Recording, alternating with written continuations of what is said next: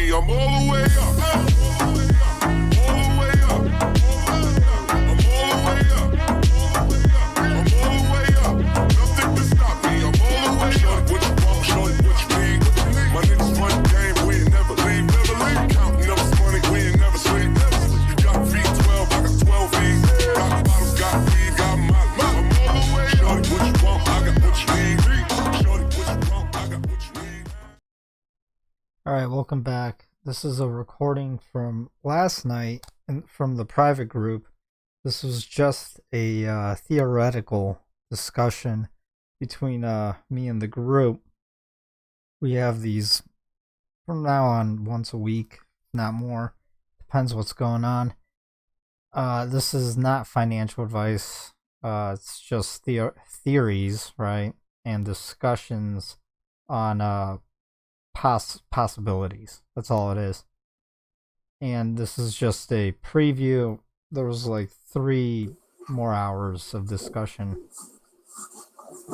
Yeah, I don't have any thoughts. Just sort of wondering, how the price action is going to be. Like, is it worth,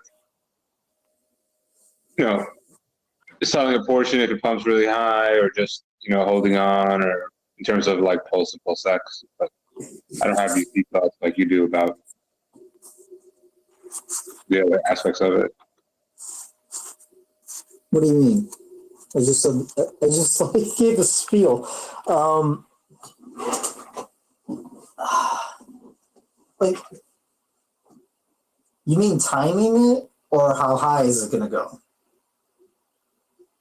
Yeah, both of them. I don't know if I have it makes sense for me to sort of like sell out of HEX and buy PHEX or do that kind of stuff just because I don't have that much capital at stake. But just if like Pulse and PulseX pump, like just are you basically just gonna hold on for dear life sort of type of thing, or no? I'm going to be doing liquidity providing.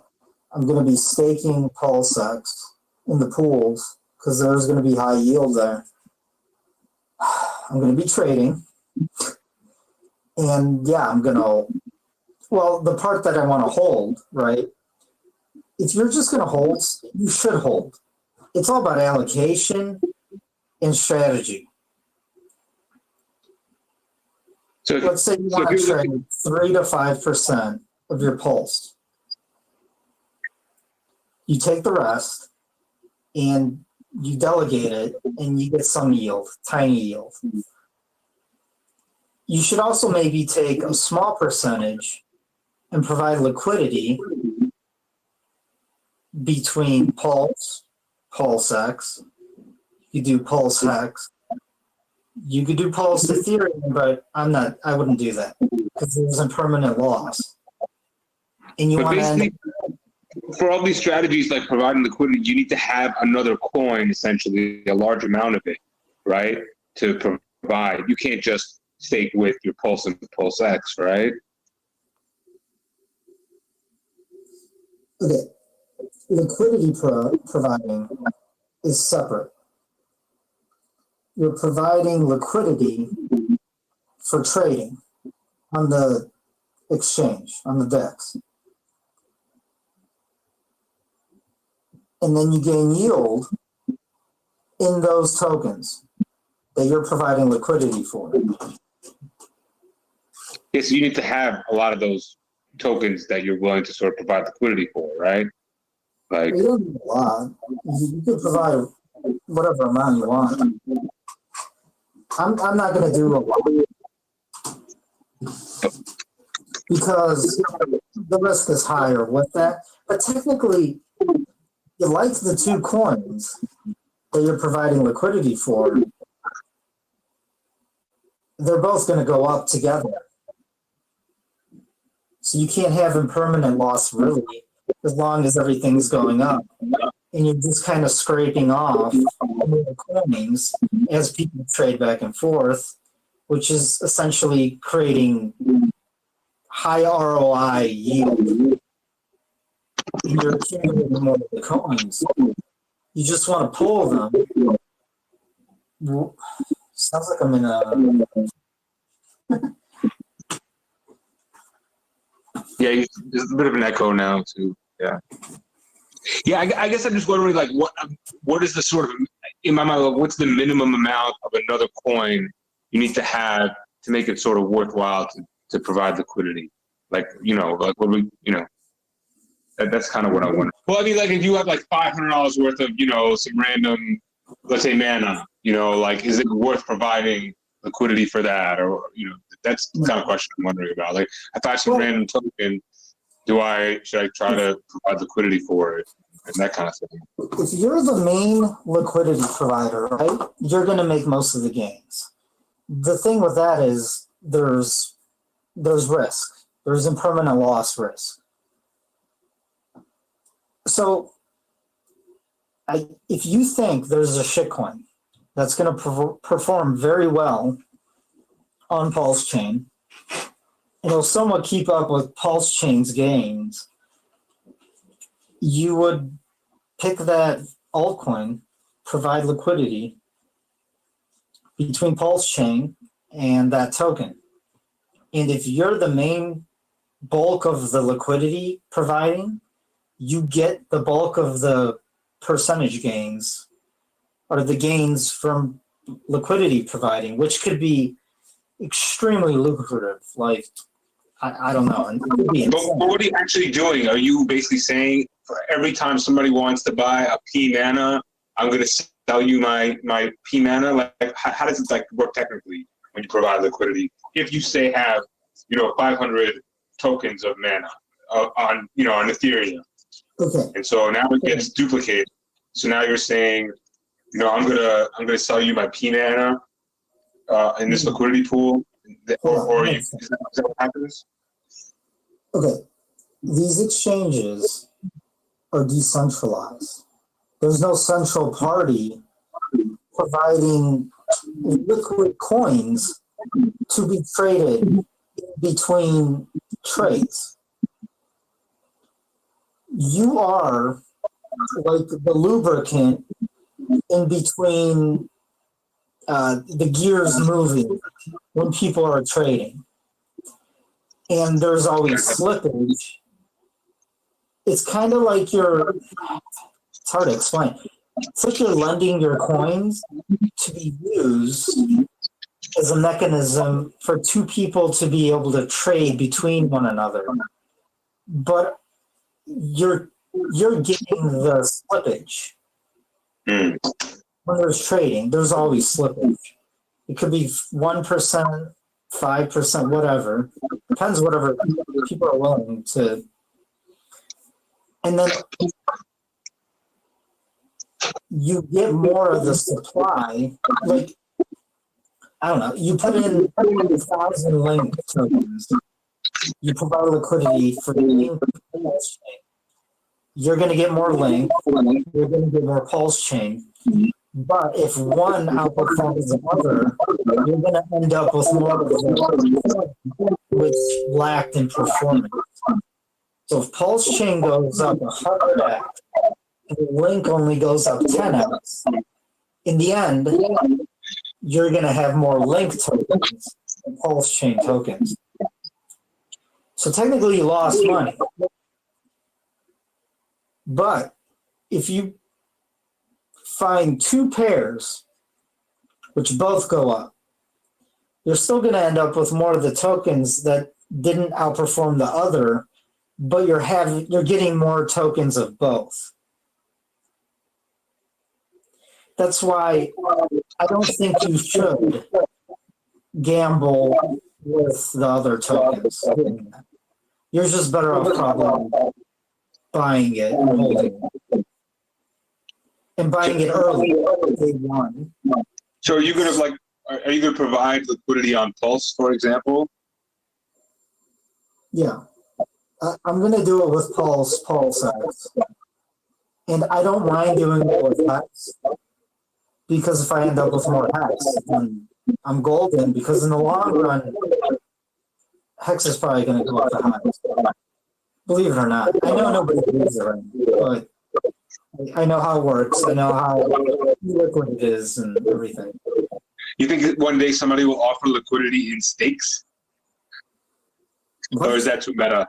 Is that too meta? Like stake versus stake? Like, or is that too ridiculous? Hedron. No. No, because they're just, I mean, you could provide liquidity for Hedron, which is a copy, a liquid, a wrapped hex stake. But I wouldn't fuck around with that. There's going to be no volume. It's a waste of time and money. Let me get back to what you guys need to know. Okay? You need to ask yourself, okay, under the assumption PulseX and PulseChain are going to do really, really well this year, will probably outperform everything else, right? Do you have enough of that? I think if you threw in $5,000 or 10 or more, you probably have enough. You probably have a lot, okay? What are you lacking in? So I have more PulseX than Pulse, but not much more. And I'm okay with that because I'm actually more bullish on PulseX. Maybe not right off in the beginning, but in the long run. Okay. So whatever you need more of, you should swap before the bridges open up. You're going to have like a window of 2 days to do that. Okay? Although we're going to have to check on the arbitrage because people are going to try to take advantage of others.